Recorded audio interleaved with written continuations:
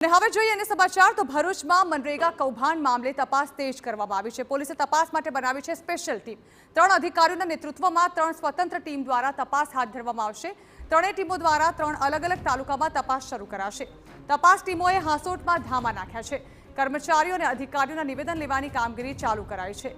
વેરાવળની 2 એજન્સીઓએ 58 ગામોમાં કૌભાંડ આચર્યાની આશંકા છે।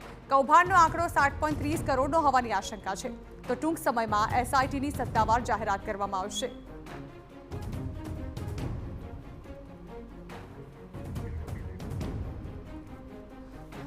તો મનરેગા કૌભાંડ લઈને હવે એસઆઈટીની રચના કરી તપાસનો ધમધમાટ ચલાવવામાં આવી રહ્યો છે।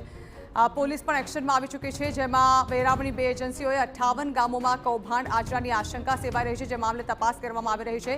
તો કૌભાંડનો કુલ આંકડો લગભગ 7.30 કરોડનો હોવાની આશંકા પણ સેવાઈ રહી છે। આ અંગે વધુ માહિતી સંવાદદાતા અંકિત મોદી આપી રહ્યા છે। અંકિત, જાણવા માંગીશું શું કાર્યવાહી કરાઈ રહી છે આ મામલે? જી જણા, જોવામાં આવે તો આ મામલાની પોલીસ ફરિયાદ દાખલ થયા બાદ ભરૂચ પોલીસ એક્શનમાં છે। જે રીતે ફરિયાદ દાખલ થયા બાદ દસ્તાવેજો કબજે કરવામાં આવ્યા, હવે નિવેદનો લેવાની શરૂઆત કરવામાં આવી છે। જો કે કર્મચારીઓ અને અધિકારીઓ ઘણા રજા પર ઉતરી ગયા હોવાની વિગતો પણ મળી રહી છે। તો સાથે સાથે આ મામલે પોલીસની 3 ટુકડીઓ તૈયાર કરવામાં આવી છે।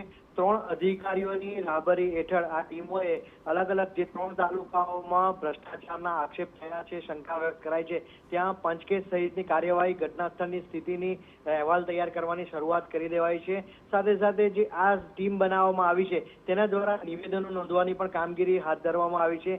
જેટલા પણ કર્મચારીઓ જે કરાર આધારિત છે, કાયમી અધિકારી છે, સરકારના નિર્મિત અધિકારી છે, તમામના નિવેદન લેવાની પ્રક્રિયા શરૂ કરી દેવાઈ છે। તો બીજી તરફ આ મામલે સ્પેશિયલ ઇન્વેસ્ટિગેશન ટીમ માટે પણ જે અહેવાલ તૈયાર કરી દેવાયો છે અને આજે સાંજ સુધીમાં સત્તાવાર એસઆઈટીની જાહેરાત પણ આખા મામલાની તપાસને લઈ કરવામાં આવે તેવી વિગતો મળી રહી છે। જણા જી બિલકુલ, આભાર અંકિત।